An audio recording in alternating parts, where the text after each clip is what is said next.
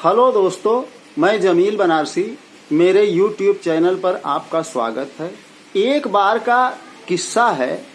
किसी होटल में ग्राहक और मालिक इस बात पर लड़ रहे थे। ग्राहक ये कह रहा था कि मैं आपको पहले ही 100 की नोट दे चुका हूँ, और मालिक कह रहा था कि तुमने कोई नोट मुझे नहीं दिया है। अब इसी बात पर दोनों लड़ रहे थे। इतने में एक दूसरा ग्राहक मौका को गनीमत समझते हुए मालिक के पास आता है और कहता है, अच्छा आप ऐसा करिए कि जो मैंने 500 का नोट आपको दिया है उसमें मेरा पैसा काट कर लौटा दीजिए, वरना आप हमारा दिया हुआ नोट भी भूल जाएंगे। दोस्तों, इसको कहते हैं कि दो आदमी जब लड़ रहे होते हैं तो तीसरा कैसे फायदा उठाने की कोशिश करता है। ज्ञानवापी मस्जिद के साथ भी कुछ इसी तरह का हो रहा है। ज्ञानवापी को सबसे बड़ा चुनावी मुद्दा बनाकर भारतीय जनता पार्टी हिंदुओं का वोट बैंक साधने में जुटी हुई है, मगर इनके मंसूबे को एक जोरदार झटका लगा है, और यह झटका बौद्ध धर्म गुरु ने दिया है।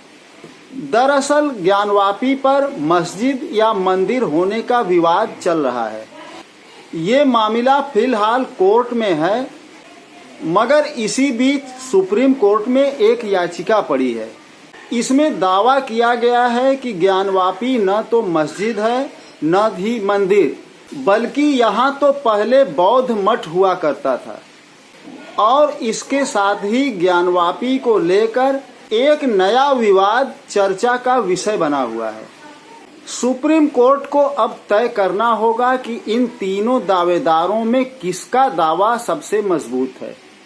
वास्तविकता में इस वक्त जो स्थित है, ज्ञानवापी एक मस्जिद है, और मामला अदालत पहुंचा और अदालत ने सर्वे का आदेश भी दे दिया।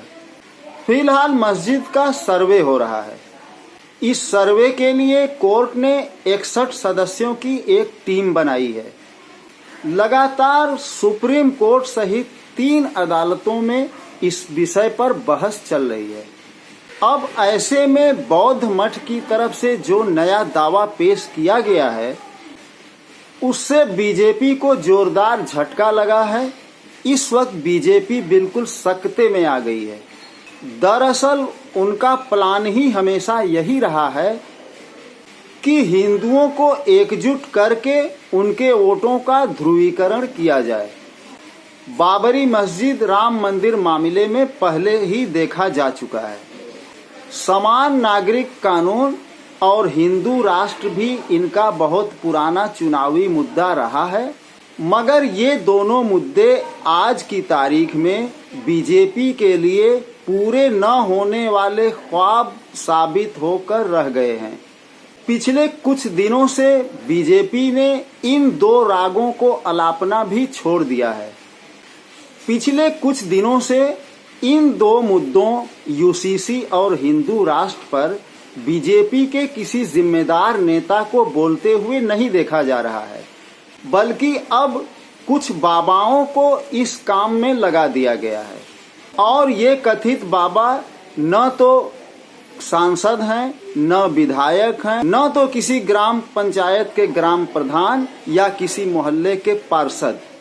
ले देकर बीजेपी के लिए एक ज्ञानवापी का मुद्दा 2024 के चुनाव के लिए बचता है। इसे पूरी तरह से सुलगाने में बीजेपी जुट चुकी है।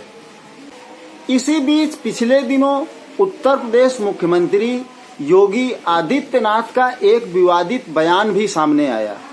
उन्होंने कहा कि ज्ञानवापी को मस्जिद कहने से विवाद बढ़ेगा।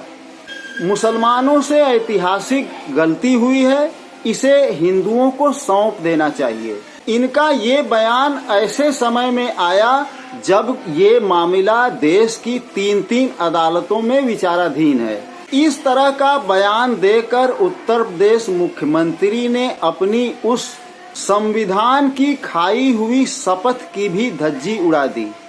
जो मुख्यमंत्री बनने के बाद खाई थी।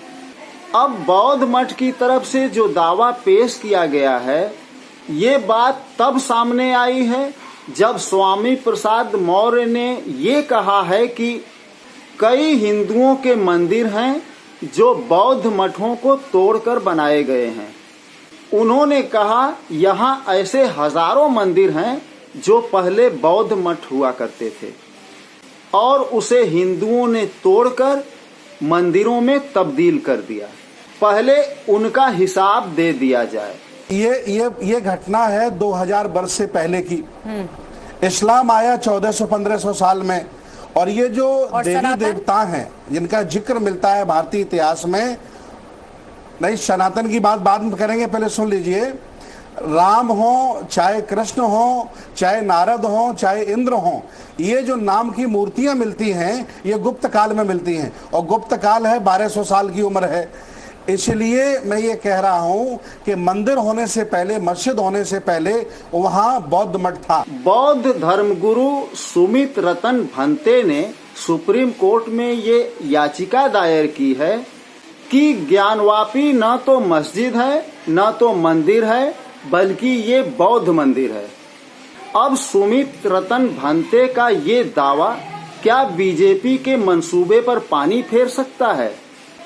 अब सुप्रीम कोर्ट इनके दावे को किस नजरिए से देखेगी, ये तो आने वाले समय में मालूम होगा। मगर इस विवाद में एक नया मोड़ आ गया है। दोस्तों, इसी के साथ मैं अपनी बात खत्म करता हूँ। मिलता हूँ अपने एक नए वीडियो में नए विषय के साथ। जय हिंद।